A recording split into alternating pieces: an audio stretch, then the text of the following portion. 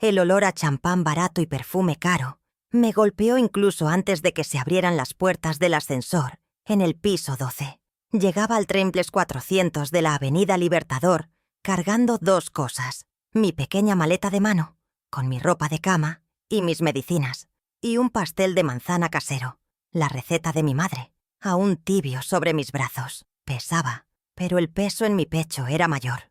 Una mezcla de orgullo y nerviosismo por mudarme finalmente con mi hija Alicia y mi yerno Matías. Creí que llegaba a mi nuevo hogar. Desde el vestíbulo podía oír las risas agudas de los invitados, el tintineo de los cristales. La fiesta de inauguración estaba en pleno apogeo. Yo solo quería ver mi cuarto, el que me habían prometido con vista al parque. Avancé los pocos metros por el pasillo alfombrado. Un silencio de mármol frío que contrastaba con el ruido de la fiesta. La puerta del apartamento estaba entreabierta, una franja de luz cálida y voces desconocidas. Apenas puse un pie en el umbral. La figura de Matías, mi yerno, bloqueó la entrada. Sostenía una copa de vino en una mano y su sonrisa no le llegaba a los ojos. Detrás de él vi un destello de mi hija Alicia, que se escondió rápidamente hacia la cocina.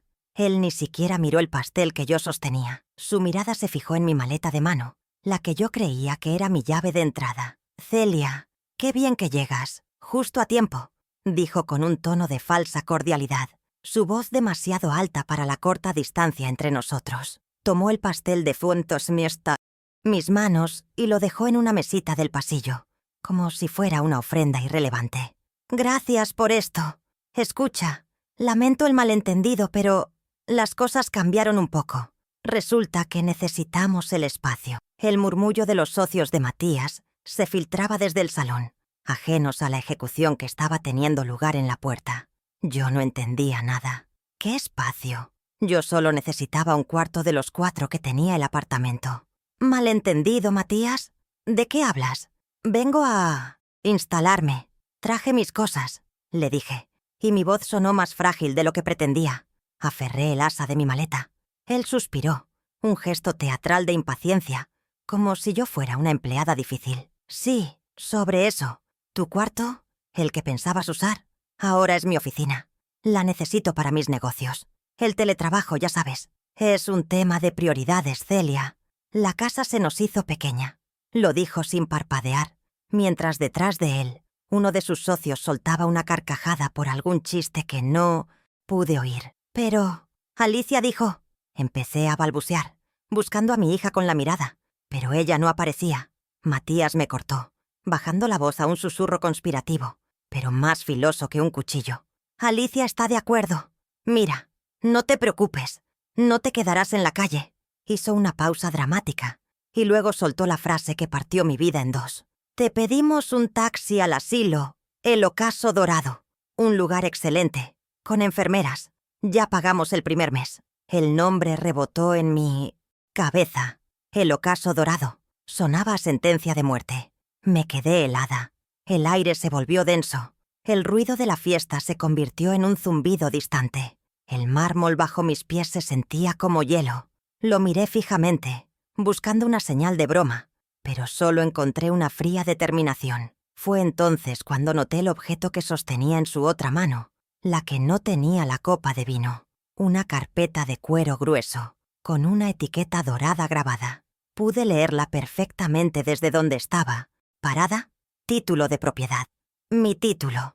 El documento que representaba los $500,000 de la venta de mi casa de toda la vida. Mi voz salió serena, pero cada palabra estaba forjada en el hielo que sentía en mis venas. «¿El asilo?», repetí, no como pregunta sino como confirmación de su traición. «Matías, esta es mi casa. Yo la pagué». Él sonrió, una sonrisa condescendiente, y palmeó la carpeta de cuero. «Legalmente, Celia. Estás equivocada. Eres una invitada. Y la visita se terminó», señaló el ascensor al final del pasillo, donde mi maleta y mi pastel ahora parecían basura abandonada. Él no me dejó entrar. Literalmente me empujó suavemente hacia atrás, cerrando la puerta lo suficiente para que solo su rostro fuera visible. «El taxi debe estar por llegar. Fue un placer tenerte, suegra». La puerta se cerró con un clic suave y definitivo. Me quedé sola en el pasillo del piso 12, frente a la puerta que yo había comprado, escuchando cómo las risas de la fiesta continuaban adentro, ahora amortiguadas. Me di cuenta de que mi pastel se estaba enfriando y mi venganza, en cambio, apenas empezaba a calentarse. ¿Creían que una corredora de inmuebles de 40 años no sabría leer una escritura? El taxi que Matías llamó nunca llegó, o quizás sí, pero yo no lo esperé. Caminé las 12 cuadras que separaban el lujo fraudulento de la avenida Libertador del apartamento de mi antigua vecina, la señora Estefanía. Ella me abrió la puerta de su casa a las 10 de la noche, vio la maleta de mano y mi rostro, y no hizo preguntas, solo preparó té. Ahora, desde su balcón, miro la ciudad que solía ser mía. Durante 40 años, yo no solo vendí propiedades, vendí sueños en los barrios más caros de esta ciudad. Conocía cada escritura, cada vicio oculto, cada metro cuadrado de Palermo a Recoleta. Fui la mejor. Y anoche, el producto de todo ese esfuerzo, mi propia hija, me trató como a una inquilina morosa. Recuerdo la década de los 90. Mi esposo aún vivía, pero la economía era un caos. Alicia quería ir a la universidad privada, la más cara, por supuesto. Así que yo, que ya trabajaba de lunes a viernes en la inmobiliaria, empecé a tomar las guardias de los sábados y domingos. Pasé mi década de los 40 mostrando áticos de lujo a gente que tenía menos de la mitad de mi pericia, sonriendo mientras mis pies me mataban, solo para juntar los $80.000 que costó su título de Relaciones Públicas. $80.000 que salieron de mis comisiones, una por una, mientras ella aprendía a socializar en los mejores círculos. Yo llegaba a casa a las 9 de la noche del domingo, con el olor a café de oficina impregnado en mi traje, solo para verla quejarse de que sus amigas tenían autos nuevos. Yo le pagué ese auto también. Cada ladrillo de mi carrera se convirtió en un escalón para ella, y mientras yo le enseñaba el valor del trabajo, parece que ella solo aprendió el valor del dinero. Nunca se preguntó cuántos contratos tuve que cerrar, cuántas negociaciones tensas tuve que manejar para pagar esa educación que, irónicamente, no le enseñó nada sobre lealtad. ¿De qué sirve un título si la brújula moral está rota? Luego, hace 2 años, mi esposo murió. El silencio de esa casa de 250 metros cuadrados se volvió ensordecedor. Era nuestro palacio, el que construimos juntos, pero para Alicia y Matías se convirtió en un activo. Empezaron las visitas, primero amables, luego insistentes. «Mamá, esta casa es un monstruo para ti. Sola. Mamá, los impuestos te van a comer viva. Mamá, ¿por qué no vienes a vivir con nosotros? Compraremos algo grande, algo nuevo, y te cuidaremos». La palabra «cuidar» sonaba tan dulce. Ahora sé que significaba desplumar. Ellos encontraron el apartamento en la avenida Libertador. Era perfecto, decían.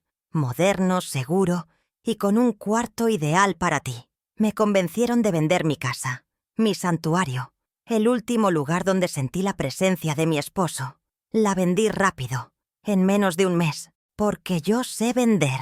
Obtuve exactamente $500.000. «Ponlo todo aquí, mamá», dijo Matías. «Será nuestra fortaleza familiar».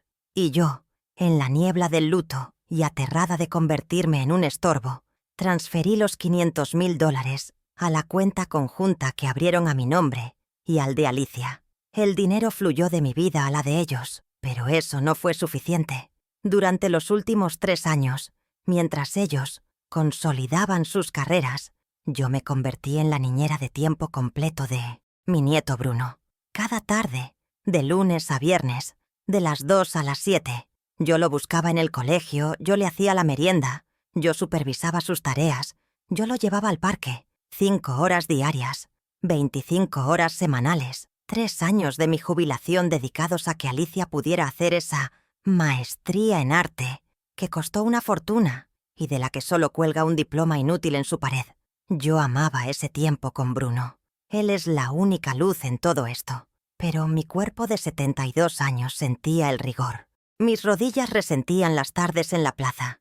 Mi espalda dolía después de horas sentada en sillas pequeñas, ayudándolo con sus deberes. Mientras tanto, Matías cambiaba su auto de lujo y Alicia compraba carteras de diseñador.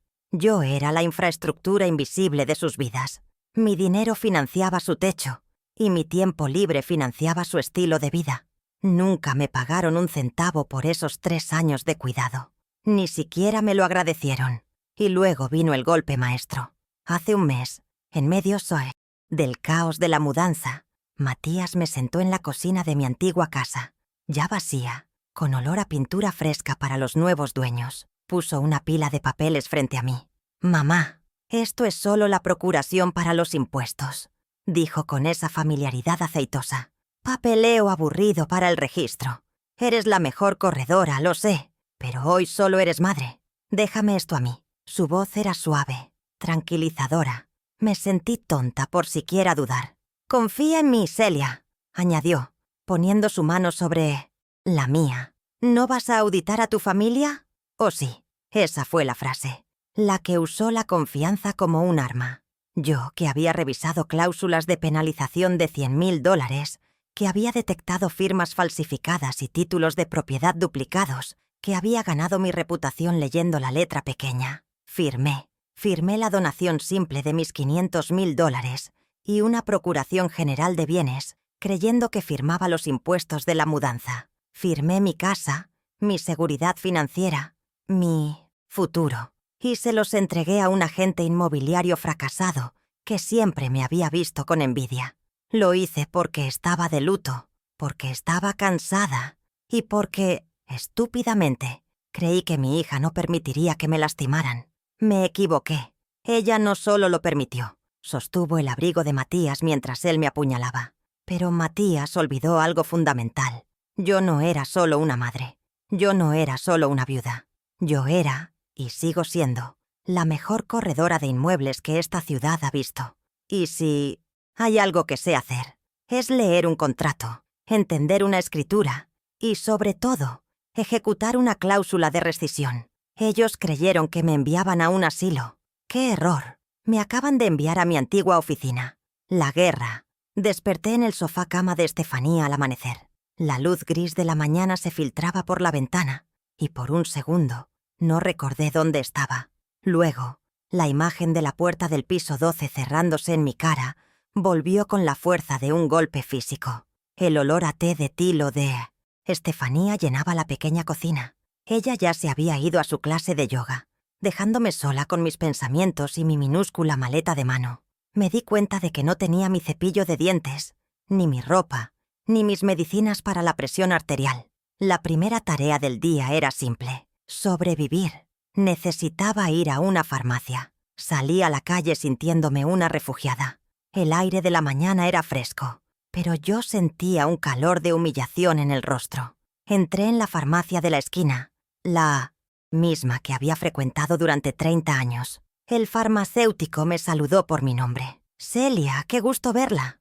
«¿Lo de siempre?», asentí pidiendo mis pastillas. Cuando fui a pagar, saqué mi tarjeta de débito.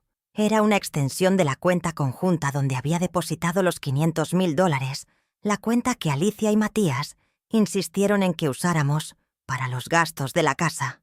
La pasó por el lector. 1 vez, 2 veces. «Fondos insuficientes», decía la maquinita. El farmacéutico me miró con lástima. «Debe ser un error del sistema, Celia». Pero yo sabía que no era un error. Era un movimiento deliberado. Matías me había cortado el acceso al dinero. Mi propio dinero. «Pruebe con otra», me sugirió el farmacéutico. No tenía otra. Tuve que usar los últimos $150 en efectivo que guardaba en mi billetera para emergencias. Esta era una emergencia. Salí de la farmacia con las pastillas en la mano, pero con el pánico apretándome el pecho. No solo me habían echado, me estaban estrangulando financieramente. Me senté en un banco de la plaza, el mismo donde solía llevar a Bruno. El rechazo de la tarjeta en la farmacia fue la segunda humillación pública, en menos de 12 horas. Primero mi hogar, ahora mi dinero. Me sentí vulnerable, expuesta, como una anciana senil, tal como ellos querían que me vieran. Pero el pánico duró exactamente 5 minutos. Luego, la corredora de inmuebles tomó el control. La ira se enfrió y se convirtió en estrategia. Si querían jugar con las finanzas, jugaríamos. Pero yo conocía las reglas del tablero mucho mejor que ellos. Mi primer instinto no fue llamar a Alicia para gritarle. Fue ir al banco. No a cualquier cajero automático, sino a la sucursal central, donde yo había manejado las hipotecas de mis clientes más importantes durante décadas. Necesitaba un extracto de cuenta. Necesitaba la prueba número 2, el rastro del dinero. Caminé con la espalda recta. Ya no era una víctima, era una auditora. Sabía que Matías era descuidado. Los hombres arrogantes siempre dejan un rastro de papel. Y yo era una experta en seguir esos rastros. Entré al banco y el aire acondicionado me golpeó. El gerente de la sucursal, un hombre al que yo había conocido cuando era un simple cajero, me vio y se acercó. «Celia, qué milagro. Desde que te jubilaste, esto no es lo mismo». Le sonreí, una sonrisa serena. «Carlos, necesito tu ayuda. Tengo un problema con una transferencia. Necesito un extracto físico y certificado de la cuenta, conjunta con mi hija, de los últimos 60 días». Su expresión se volvió profesional. Me llevó a su oficina, lejos de las miradas curiosas. Sabía que algo andaba mal, pero también sabía que yo era la legendaria Celia. Esperé mientras él imprimía los documentos. El sonido de la impresora láser era música para mis oídos. Me entregó una pila de 10 páginas. «Aquí tienes, Celia. Todo el movimiento». Mis ojos buscaron la fecha clave. 10 de marzo. Allí estaba. Una sola línea, clara como el agua. Transferencia recibida. Cuenta origen. Mi cuenta personal de ahorros, la de la venta de mi casa.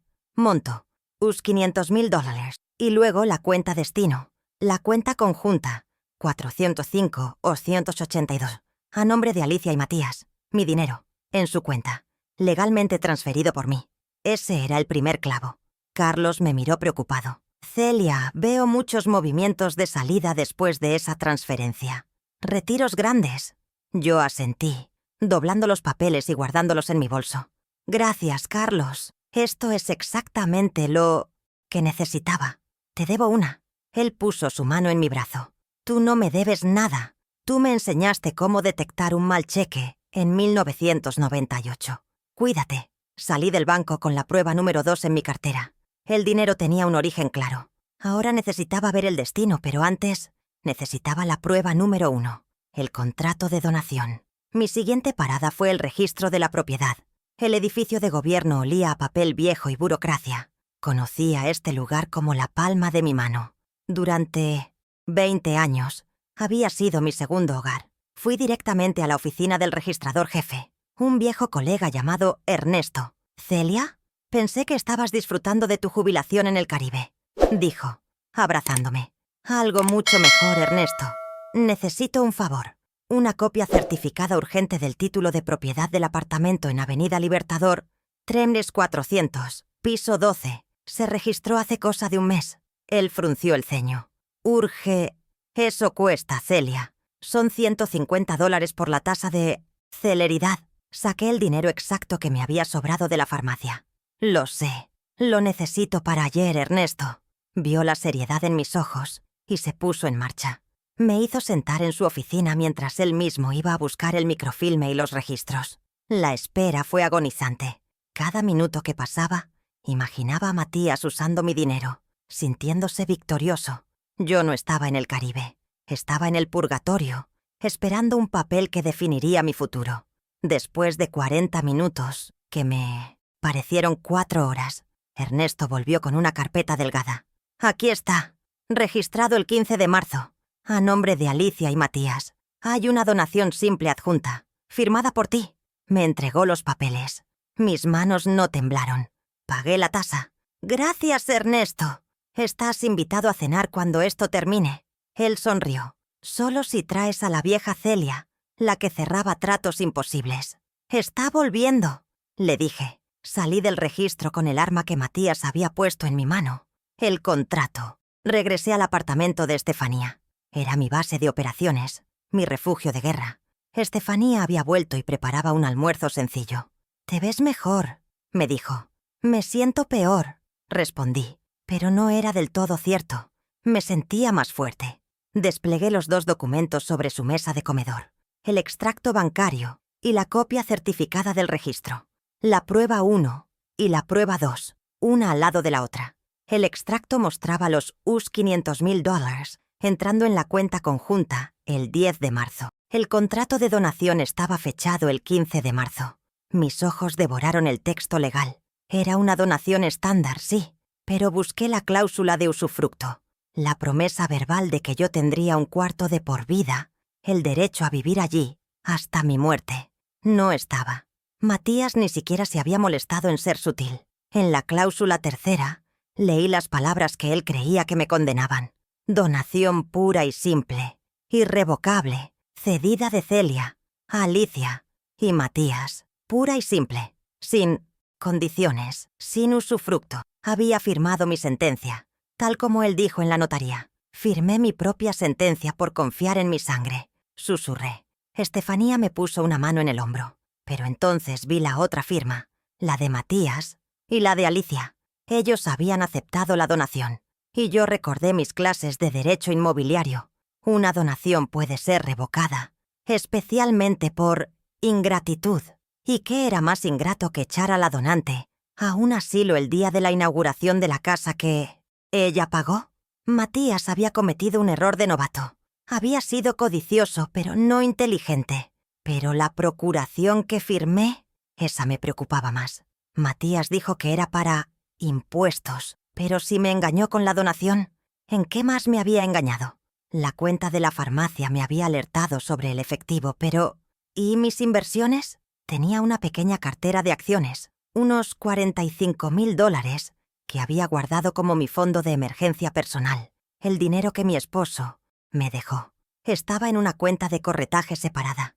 Temiendo lo peor, le pedí a Estefanía que me prestara su vieja computadora. Fui a un cibercafé.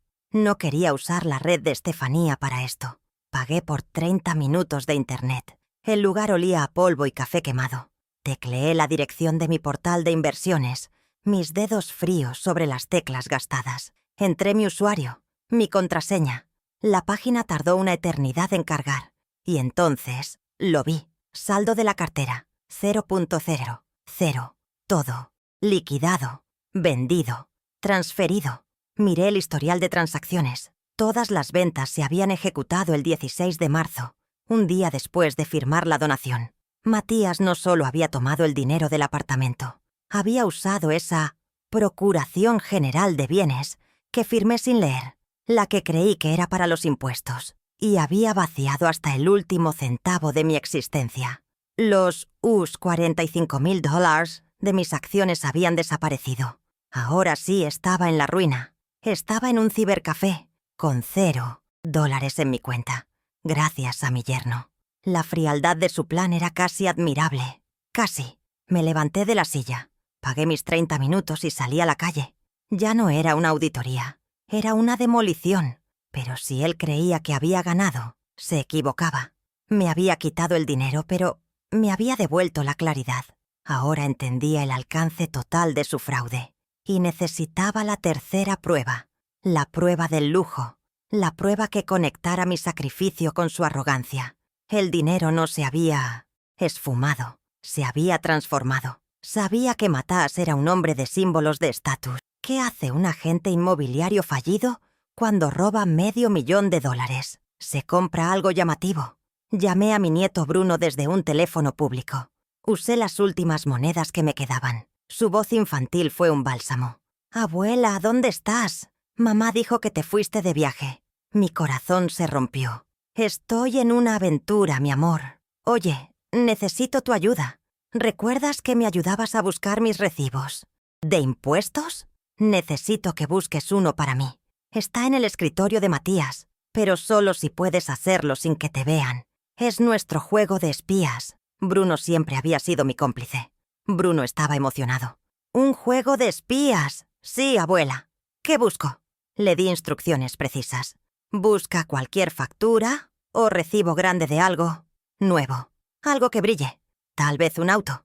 Tómale una foto con tu tablet y envíamela al correo de la abuela Estefanía. Pero solo si es seguro, Bruno. Si... No importa». Colgué sintiéndome culpable por usarlo. Pero era mi única línea de entrada a esa casa. Confiaba en su inteligencia. Él sabía dónde guardaba Matías los papeles importantes. Esa noche, mientras Estefanía y yo cenábamos una sopa, oí el ping de su computadora. Un nuevo correo. Corrí a verlo. Era de Bruno. Asunto: juego de espías. Misión cumplida. Adjunta había una foto, ligeramente borrosa, pero perfectamente legible. Era una factura. Del concesionario Stern Motors. Comprador: Matías.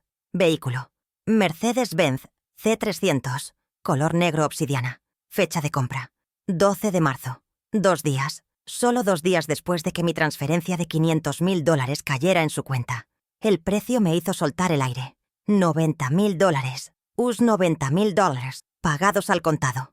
Allí estaba. La prueba número 3. El vínculo directo entre mi ruina y su lujo. Mi dinero. El sudor de mis 40 años de trabajo. Los fines de semana perdida. El cuidado de mi nieto. Todo se había convertido en un auto alemán de $90.000 para un hombre que no había trabajado un día honesto en su vida. Mi sacrificio era su lujo, dije en voz alta. Estefanía me miró, pálida. Ahora solo faltaba una cosa: la prueba de la complicidad. Necesitaba escuchar a mi hija. Necesitaba saber si Alicia era una víctima o una socia. Le envié un mensaje de texto desde el teléfono de Estefanía. Alicia, hija, lamento lo que pasó en la fiesta. Sé que estás ocupada. Solo quería verte una última vez, antes de irme al asilo. Quiero despedirme y entregarte las recetas de la abuela, el álbum de fotos de tu infancia. Jugué la única carta que me quedaba. La culpa materna. Ella respondió en menos de 1 minuto. Ay, mamá, no tienes que irte así. ¡Claro! ¿En el café de la esquina de tu antigua casa? Mañana a las 5. Perfecto. Un lugar público. Estefanía me prestó su viejo teléfono celular. Uno que tenía grabadora de voz. Lo probé. Funcionaba. Gracias, le dije a Estefanía. Mañana voy a mi última cita. Ella asintió. No es una cita, Celia. Es una audiencia. Y tú eres la jueza. Matías era un mal agente inmobiliario. Siempre lo supe. Se enfocaba en el brillo, en el auto caro, en el traje de imitación. Pero nunca entendió la base del negocio. Los cimientos, los contratos, la estructura legal que sostiene todo. Yo, en cambio, construí mi carrera sobre esos cimientos. Fui la mejor corredora de esta ciudad por 30 años. No por mi labia, sino porque entendía el poder de la letra, pequeña. Y ahora, sentado en el apartamento de Estefanía, con las 3 pruebas extendidas sobre la mesa del comedor, mi plan silencioso comenzó a tomar forma. No era un plan de venganza emocional. Era una ejecución hipotecaria. El primer paso era fundamental: asegurar mi base de operaciones y mi bienestar inmediato.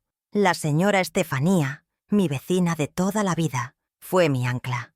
Llegué a su puerta esa primera noche, a las 10:00 p.m., con mi maleta y la humillación a cuestas. Ella no me compadeció. Me dio un refugio. Establecí su apartamento como mi cuartel general. Su teléfono, su computadora, su sofá-cama se convirtieron en mi arsenal. Sabía que Matías creía que yo estaba desmoronándome en el ocaso dorado, llorando sobre una sopa fría.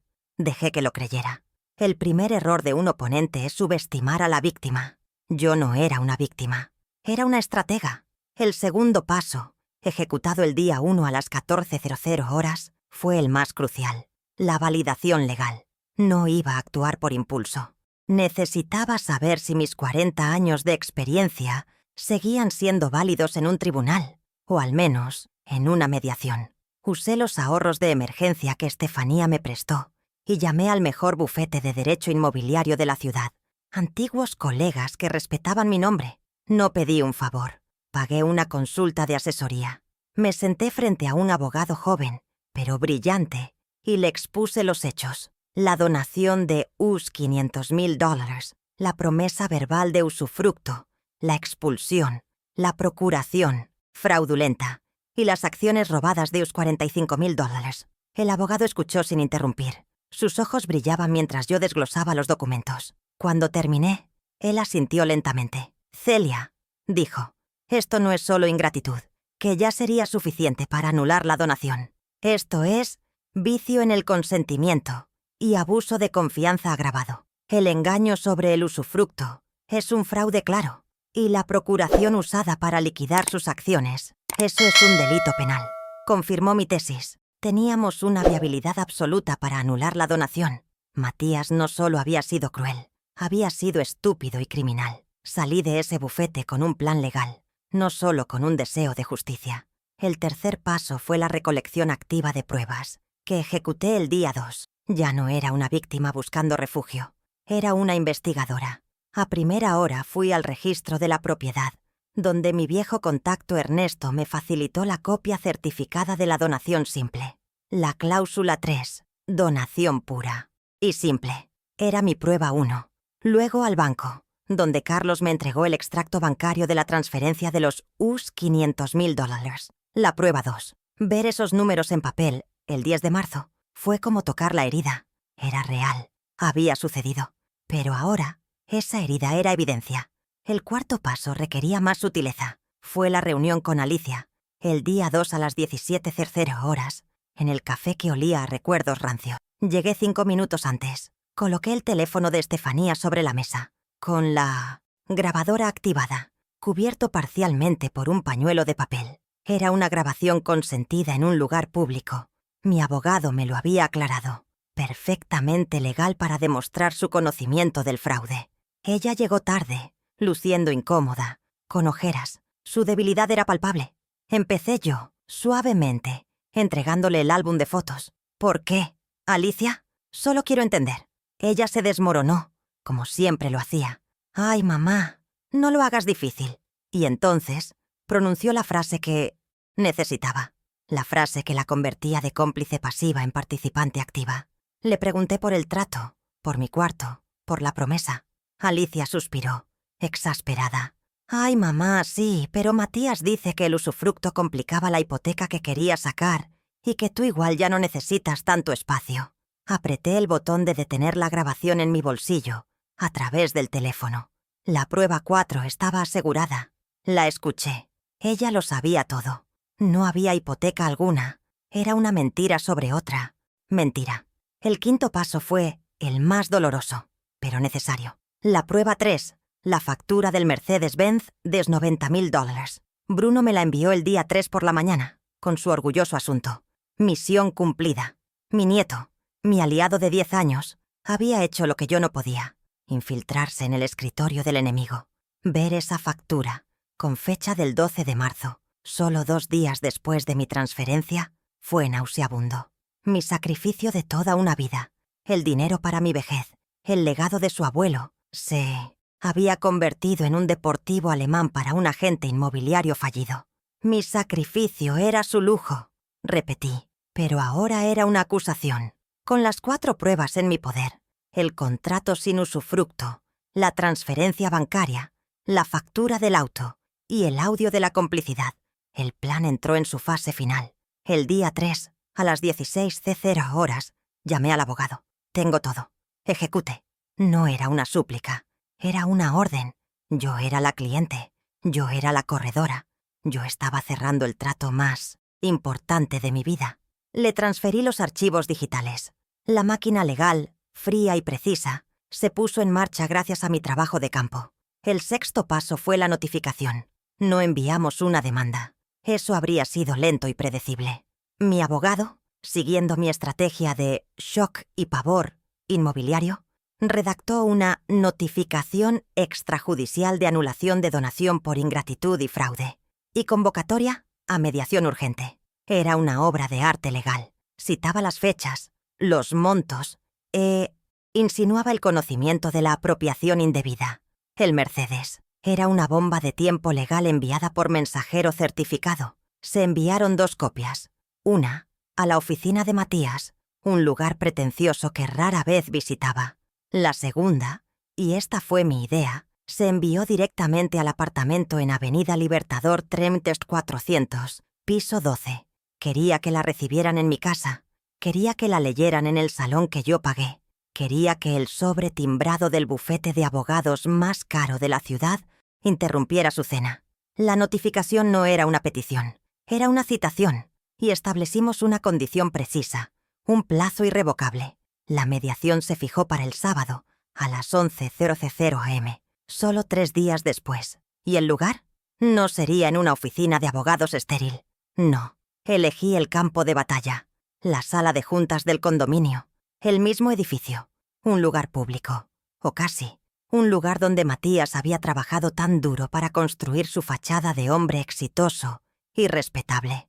Un lugar donde la reputación era todo. Ellos recibirían esa carta el día 4. Tendrían 48 horas de pánico, 48 horas para intentar ocultar el dinero, para llamarme al asilo, el ocaso dorado, y descubrir que nunca me registré.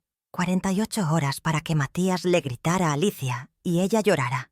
Yo conocía su dinámica. Él entraría en pánico.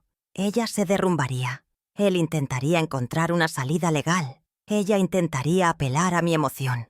Pero yo ya no era madre. Era una acreedora. Mientras el mensajero cruzaba la ciudad con esa carta, yo estaba en el apartamento de Estefanía, preparando mi ropa para la mediación. No tenía mucha opción, pero lavé y planché mi mejor blusa, la que usaba para cerrar tratos de 7 cifras. Ellos creían que era una mediación para negociar mi silencio. Creían que yo pediría migajas, quizás un cuarto más pequeño, quizás una pensión mensual. Qué poco me conocían. Yo no iba a negociar. Iba a auditar, iba a presentar los cargos, iba a ejecutar la hipoteca moral. Ellos creían que esto era sobre dinero. Yo sabía que era sobre poder. Y el sábado, en esa sala de juntas, frente a los vecinos si era necesario, yo iba a demostrar quién realmente entendía el valor de una propiedad. Matías había construido un castillo de naipes sobre mi dinero, y yo estaba a punto de soplar. El plan silencioso estaba en marcha. Cada paso se había ejecutado con la precisión de un relojero. La consulta legal, las pruebas recuperadas, el audio obtenido, la notificación enviada. No había cabos sueltos. No había melodrama. Solo hechos fríos y contundentes. Los mismos hechos que yo solía organizar en carpetas para mis clientes, ahora los organizaba para mi propia liberación. Ellos habían olvidado con quién estaban tratando. Habían descartado a Celia, la madre, la viuda, la anciana, pero habían despertado a Celia, la corredora, y ella nunca perdía una comisión. Y esta comisión, la recuperación de mis $500,000, mis 45,000 en acciones, y mi dignidad, iba a ser la más satisfactoria de mi carrera. El sábado sería un día de rendición de cuentas. La calma que sentía no era paz, era preparación. Era la calma que precede a la tormenta perfectamente calculada. Mientras Estefanía dormía, yo repasaba mis notas. La factura del Mercedes sería la tercera prueba en la mesa. El audio de Alicia sería el golpe de gracia. No habría gritos, al menos no de mi parte. Solo presentaría los hechos. Los números no mienten. Las personas sí. El teléfono de Estefanía sonó. Era un número desconocido. Lo dejé sonar. Sabía que eran ellos. Habían recibido la carta. El pánico había comenzado. Dejé que el teléfono sonara hasta que se cayó. No respondería hasta el sábado, a las 11:00 am, en la sala de juntas. El control del tiempo, del lugar y de la información. Ahora era mío. El juego había cambiado. La noche en que la notificación fue entregada, el silencio en el apartamento de Estefanía era pesado, pero reconfortante. Imaginé el pánico al otro lado de la ciudad, en el piso 12, la carta timbrada sobre la mesa de mármol, el nombre de un bufete de abogados que Matías jamás podría pagar. Imaginé los gritos, las acusaciones mutuas, el miedo frío de Alicia. Sabía que su primer instinto sería llamarme, intentar apelar a la madre que habían enterrado en la puerta de esa fiesta. Mi plan silencioso había funcionado. El enemigo estaba alertado y desestabilizado. Pero ahora comenzaba la segunda fase. Preparar el escenario para la caída final. No era suficiente tener las pruebas. Necesitaba una audiencia. El teléfono de Estefanía sonó a las 9:15 p.m. Era un número desconocido, pero yo lo conocía. Era Alicia. Dejé que sonara 4 veces. Al quinto timbrazo contesté. Diga. Silencio. Luego un sollozo ahogado. Mamá. Mamá, gracias a Dios. ¿Recibiste?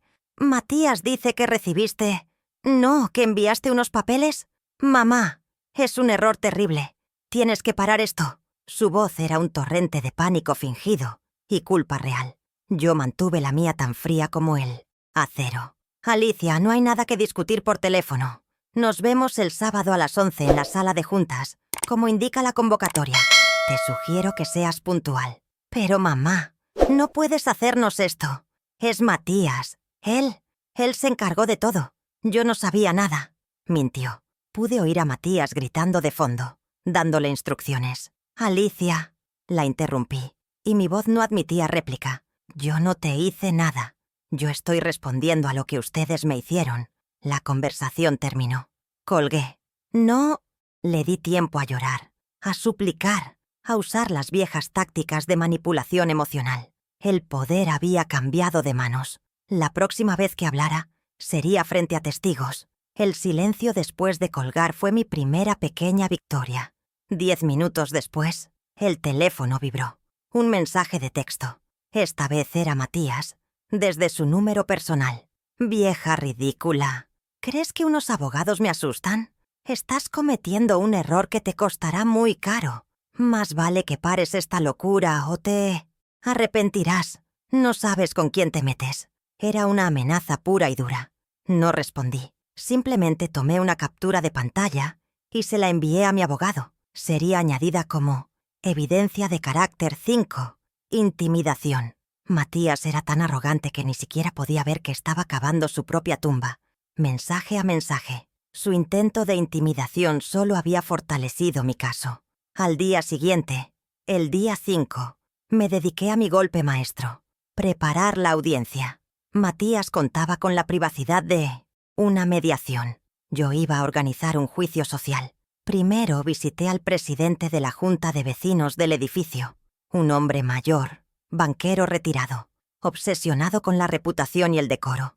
«¿Don Carlos?», le dije usando mi tono más profesional de corredora. «Soy Celia, la madre de Alicia. Hay una disputa contractual muy delicada sobre la propiedad del 12B. Le ruego que asista como testigo de carácter y garante del orden el sábado a las 11:00 am en la sala de juntas. Su presencia asegurará una resolución justa». Él, intrigado y halagado, aceptó. Mi segunda visita fue al administrador del edificio, un hombre más joven y nervioso, preocupado por los números. A él le di un ángulo diferente. «Señor Rodríguez», le dije en el vestíbulo, «estoy aquí por un asunto grave. Tengo razones para creer que se cometió un fraude en la adquisición de una de las unidades principales, el 12B. Esto podría involucrar el uso de la procuración de manera indebida, algo que podría afectar la reputación de todo el condominio si escala a un escándalo público». La palabra escándalo lo hizo palidecer. «Asistiré a la mediación del sábado», dijo rápidamente. «Debemos proteger la integridad del edificio». «Perfecto». Llamé a mi abogado para informarle. «Celia, acabas de invitar al jurado a la sala antes de que comience el juicio. Es brillante», dijo, y pude oír la admiración en su voz. «Matías espera una negociación privada. Encontrará un tribunal de sus pares». Esta era la pequeña victoria que necesitaba. La dinámica había cambiado irreversiblemente. Ya no era yo, la anciana despojada, contra ellos. Ahora era Matías, el estafador, contra las reglas de la comunidad que tanto se esforzaba por impresionar. El escenario estaba listo, los actores secundarios convocados. Pasé la víspera del clímax, el viernes, en calma. Estefanía me preparó mi comida favorita. Repasé mis 4 pruebas principales, ordenándolas por impacto creciente. Primero, la transferencia de los USDA 500.000. Segundo, la donación sin usufructo.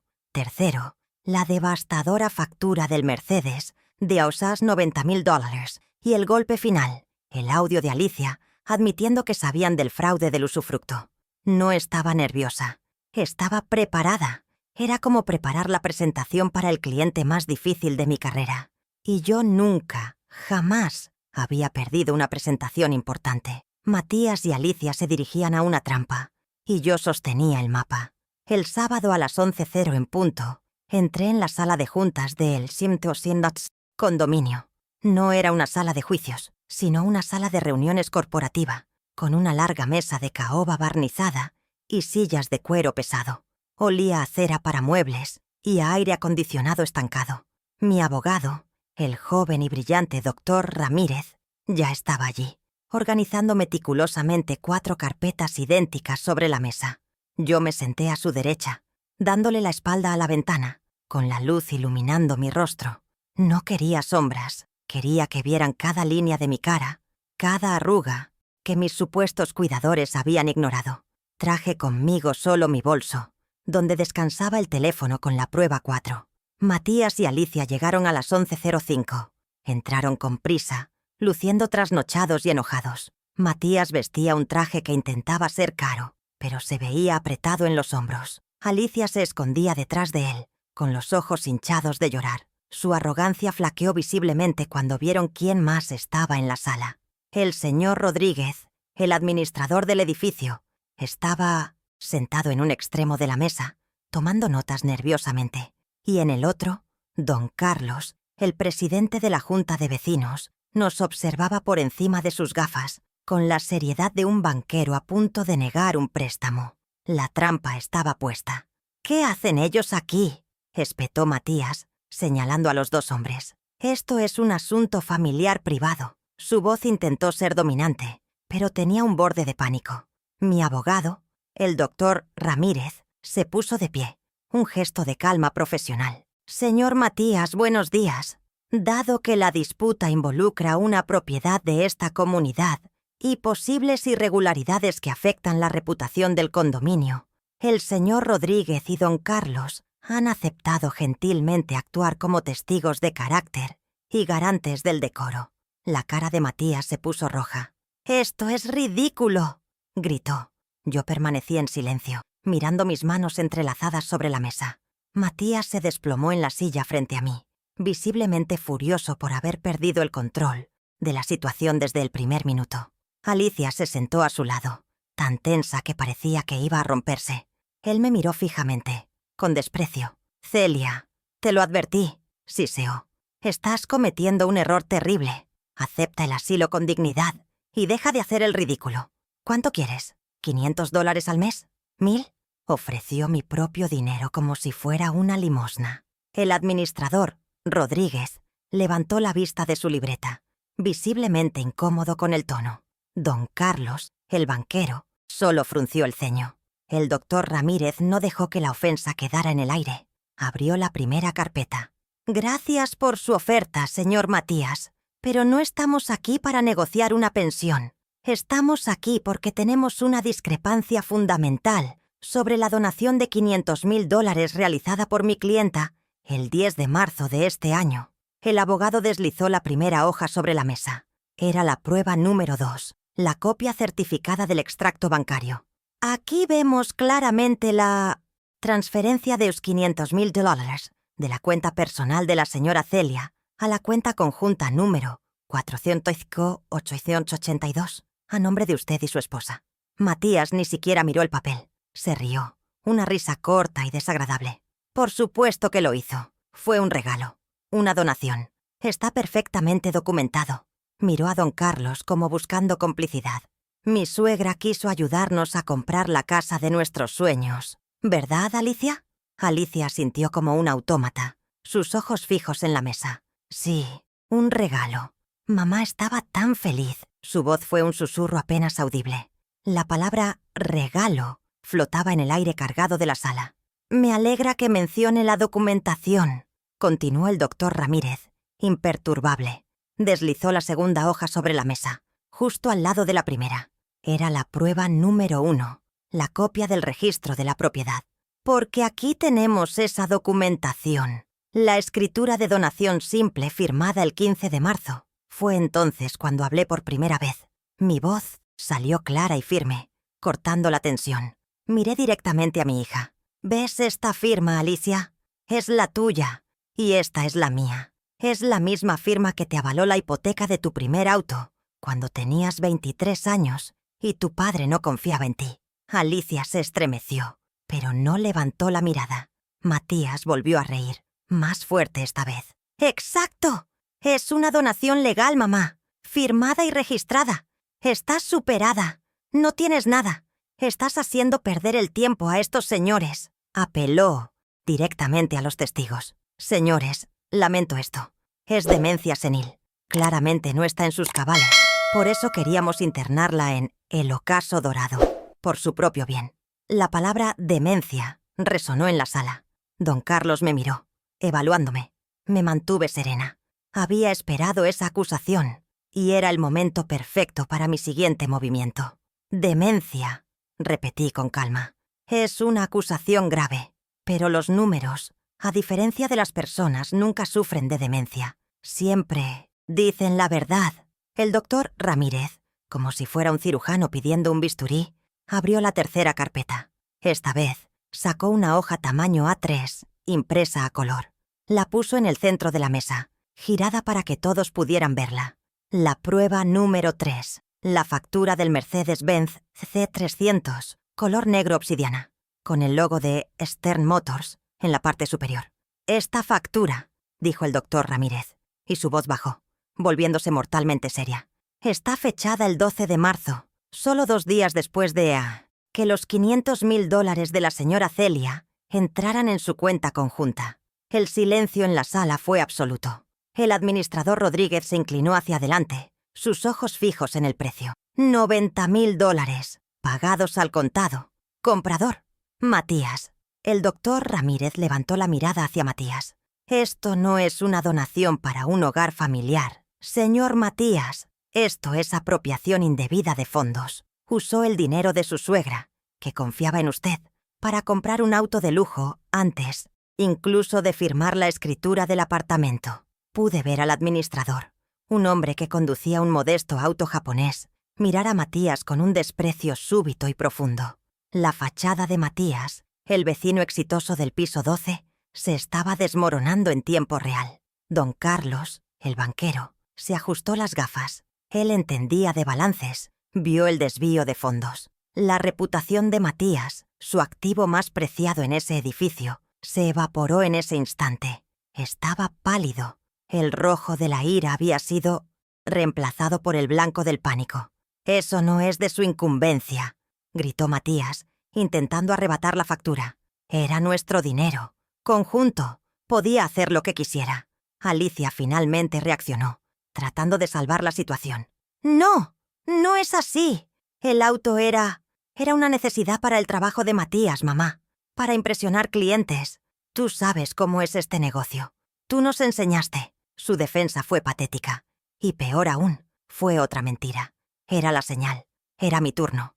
«¿El negocio, Alicia?», pregunté suavemente. Saqué el teléfono de Estefanía de mi bolso. «Hablemos del negocio. Hablemos del trato». Coloqué el teléfono en el centro de la mesa, junto a la factura del Mercedes. Apreté play. La voz de Alicia llenó la sala. Era el audio de nuestra conversación en el café. Débil, quejumbrosa, pero innegable. «Ay, mamá, sí, pero Matías dice que el usufructo complicaba la hipoteca que quería sacar y que tú igual ya no necesitas tanto espacio». Apreté. «Stop». El silencio que siguió fue total. Era un silencio denso, pesado, sofocante. Alicia soltó un sollozo seco y se cubrió la cara con las manos. No lloraba de arrepentimiento. Lloraba por haber sido descubierta. Matías estaba petrificado, su mandíbula apretada, sus ojos saltando de mi rostro, al del administrador, al de don Carlos. El presidente de la Junta de Vecinos negó lentamente con la cabeza, un gesto de absoluto desdén. El administrador simplemente escribió algo en su libreta, su rostro una máscara de desaprobación profesional. Había perdido a su audiencia. Estaba acabado. El doctor Ramírez se puso de pie, retomando el control. Su voz era ahora la de un juez dictando sentencia. «Señores», dijo a los testigos, «lo que han oído es la prueba de un fraude deliberado. Se le prometió a mi clienta un usufructo vitalicio para convencerla de donar $500.000. Esa promesa se rompió intencionalmente. Y luego procedieron a echarla a un asilo y a liquidar sus otros activos, que ascendían a $45.000, usando una procuración obtenida bajo engaño. Juntó las 4 carpetas. Tenemos 2 caminos. El camino A es que esta carpeta vaya directamente a la Fiscalía por fraude a persona mayor, abuso de confianza agravado y apropiación indebida.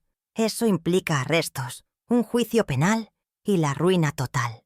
Hizo una pausa, dejando que las palabras «juicio penal» flotaran sobre Matías. Alicia estaba temblando visiblemente. «Oh», continuó el doctor Ramírez, «tenemos el camino B, la mediación». Abrió una última carpeta, una que no habían visto. Contenía 2 documentos. Camino B.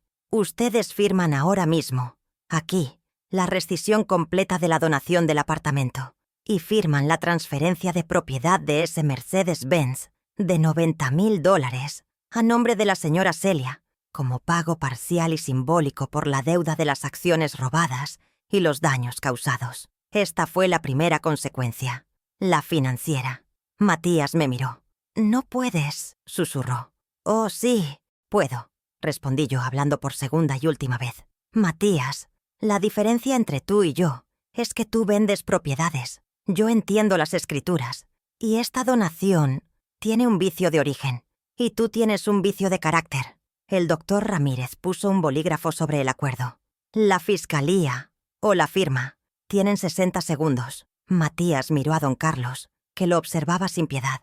Miró al administrador, que parecía ansioso por echarlos del edificio. Su reputación estaba muerta, su estatus borrado. Agarró el bolígrafo con tanta fuerza que sus nudillos se pusieron blancos. «Púdrete, Celia», masculló. «Ya lo hiciste», respondió el doctor Ramírez. Matías firmó. Pasó el papel a Alicia, que firmó con la mano temblorosa, manchando el papel con una lágrima. Había recuperado el control financiero. «¡Excelente!», dijo el doctor Ramírez, tomando los papeles. «Ahora, la segunda consecuencia, la patrimonial». Miró su reloj. «Son las 11:45 del sábado. Tienen exactamente 30 días para desalojar el apartamento 12B, que será puesto a mi nombre inmediatamente para su venta. Tienen hasta el mediodía del próximo mes, ni un minuto más. El señor Rodríguez, aquí presente, supervisará el desalojo. Si falta un solo aplique de luz, se ejecutará el cobro por la vía judicial. 30 días. Les estaba dando el mismo plazo que ellos me dieron a mí en un asilo. La tercera consecuencia ya estaba en marcha. La reputacional. Matías, el gran triunfador del piso 12, el hombre del Mercedes nuevo, acababa de ser expuesto como un fraude y un ladrón frente a la máxima autoridad del edificio. Don Carlos se levantó. «Señor Rodríguez», dijo el banquero, «creo que deberíamos convocar una asamblea extraordinaria. Necesitamos revisar los protocolos de aprobación de nuevos residentes. Claramente nuestros estándares han bajado». Fue el último clavo en el ataúd social de Matías. Matías se levantó de la silla tan rápido que ésta cayó hacia atrás con un golpe sordo. Agarró a Alicia del brazo, que seguía llorando en silencio. «Esto no se queda así, vieja bruja», me escupió. «Ya se quedó así, Matías», le dije manteniéndole la mirada. «Se llama un cierre de trato». Él la arrastró fuera de la sala de juntas, sin mirar atrás. No se despidieron de nadie. Dejaron un silencio vibrante y el olor a derrota. Cuando la puerta se cerró, don Carlos se acercó a mí. «Celia», dijo, «lamento profundamente lo que ha tenido que pasar. Conocí a su esposo. Era un buen hombre. Usted es una mujer impresionante». Asentí, aceptando el cumplido. El administrador, Rodríguez, estaba pálido. «Señora Celia, le aseguro que el desalojo será supervisado personalmente. No tendrán problemas con la venta». Mi abogado guardaba los documentos firmados en su maletín. Había ganado. Había recuperado mi dinero.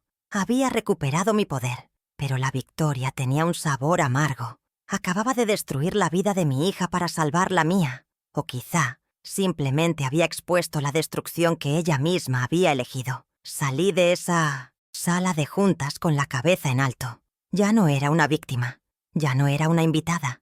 Era la dueña de mi vida, de mi dinero y de mi futuro. Y lo primero que iba a hacer era encontrar un buen lugar para almorzar. La maquinaria que se activó después de la mediación fue precisa y rápida, como una demolición controlada. El apartamento, el símbolo de su estatus y mi ruina, se vendió en exactamente 45 días. Mi abogado gestionó la venta, asegurándose de que Matías y Alicia no pusieran un pie en la propiedad después de su desalojo supervisado.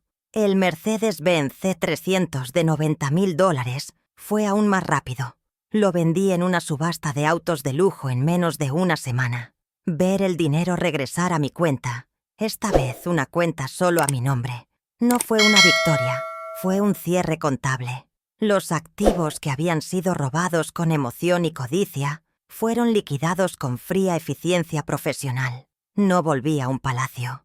No quería uno. El lujo se había vuelto vulgar para mí.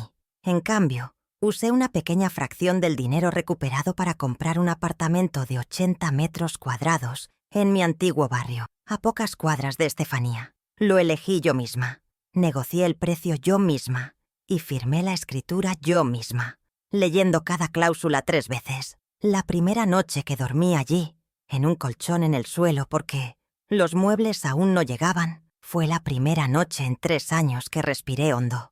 El olor a pintura fresca, la que yo elegí, era el olor de la autonomía. No era una fortaleza, era un hogar.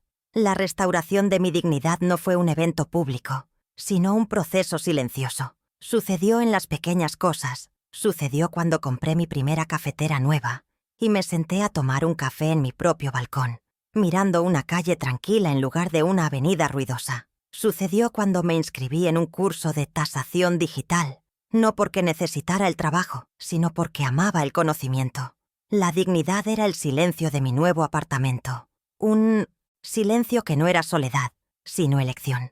Era el peso de mi propia llave en mi bolsillo, sabiendo que yo era la única que tenía una copia. Mi primera acción como mujer financieramente independiente fue proteger a la única víctima inocente de esta historia. Mi nieto, Bruno. Fui a mi banco, el mismo donde Carlos me había ayudado, y me senté con el gerente de fondos fiduciarios. Establecí un fondo educativo para Bruno, depositando una suma considerable. Las cláusulas fueron redactadas por mi abogado con la precisión de un cirujano. El dinero era intocable. Sería desembolsado directamente a las instituciones educativas para su matrícula y gastos, y solo cuando él cumpliera 18 años. Especificaba claramente que ni Alicia ni Matías tenían acceso, control o siquiera el derecho de ser informados sobre su balance. La relación con Bruno también necesitaba nuevos límites. Dejé de ser la niñera de emergencia. Ahora, yo decidía cuándo nos veíamos. Lo recogía el primer sábado de cada mes, y era nuestro día. Lo traje a mi nuevo balcón. Él miraba la calle abajo. «Abuela, ¿por qué nos fuimos de la casa grande?», preguntó. Saqué mi viejo medidor láser, un objeto de mi antigua profesión, el que Matías nunca habría sabido cómo usar. Le apunté a la pared del edificio de enfrente. «Las casas no importan, Bruno. Importa quién tiene el derecho legal de estar en ellas». Le puse el medidor láser en la mano. «Mide la distancia hasta esa esquina», le dije. Le enseñé a leer los números, a calcular los metros cuadrados, a entender el valor real de las cosas, no su precio. «Tus padres no perdieron la casa, Bruno», le expliqué con calma, mientras él jugaba con el punto rojo. «La devolvieron, porque la obtuvieron mintiendo, y las mentiras no tienen valor legal». Él asintió, serio. Estaba aprendiendo a tasar una propiedad, pero yo le estaba enseñando a tasar el carácter. Mi rutina se transformó. Despertaba al amanecer, no por obligación, sino por costumbre. Leía las noticias financieras, no para clientes, sino para mí. Caminaba hasta el café de Estefanía y hablábamos de libros y política, no de las fechorías de mi yerno. Mi teléfono ya no sonaba con las demandas de Alicia. Me uní a la junta de la biblioteca del barrio. Mi vida, que había estado dedicada a construir el futuro de otros, ahora estaba dedicada a construir mi presente. Cada día era un pequeño ladrillo de paz, colocado con cuidado sobre los cimientos sólidos que yo misma había construido.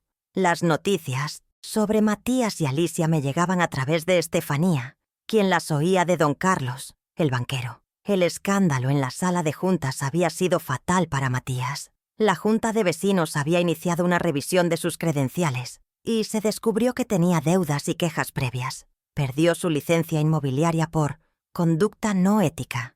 El administrador, Rodríguez, se aseguró de que su desalojo fuera puntual y humillante, con los vecinos observando cómo sacaban sus muebles. Su reputación, construida sobre mi dinero, colapsó en 30 días. Alicia, supe, se había quedado con él. El miedo a perder el estilo de vida la había encadenado a él, y ahora estaba encadenada a su caída. Se mudaron a un apartamento alquilado en un barrio lejano, el tipo de lugar que Matías siempre había despreciado. El Mercedes había desaparecido, y ahora tomaban el autobús. Me dolía, pero era un dolor sordo, como el que se siente por un miembro fantasma. La hija que yo había criado, la que recibió $80,000 para su educación, había elegido la ignorancia. Entonces, un martes por la tarde, sonó el timbre. No esperaba a nadie, ni a Estefanía, ni a Bruno. Fui a la puerta y miré por la mirilla. Se me heló la sangre. Era ella, Alicia. Estaba sola, parada en el pasillo de mi nuevo edificio. Había llegado en autobús. Su ropa estaba arrugada, su rostro pálido y desprovisto del brillo de la arrogancia. Parecía más vieja, más delgada. Parecía, por primera vez en años, asustada. Sostenía sus manos, vacías frente a ella, como una suplicante. Me quedé inmóvil, mirando su imagen distorsionada a través del lente. Mi mano estaba sobre la cerradura. Recordé la puerta del piso 12 cerrándose en mi cara. Recordé el olor del pastel de manzana enfriándose en el pasillo. Recordé el clic del teléfono cuando colgué la llamada de pánico de Alicia. Mi corazón latía con fuerza, una mezcla de ira vieja y una lástima profunda y agotada. Estuve allí un minuto entero, decidiendo si el cerrojo merecía ser girado. Finalmente respiré hondo y abrí la puerta. La abrí por completo, pero yo no me moví. Me quedé en el umbral, bloqueando la entrada con mi cuerpo, tal como Matías había hecho conmigo.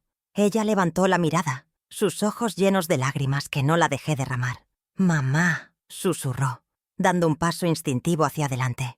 Yo no me moví, solo la miré, esperando una palabra, un gesto, una prueba de que la mujer frente a mí no era la misma que me había escuchado en el café y había elegido a Matías. Les di todo porque eran mi familia.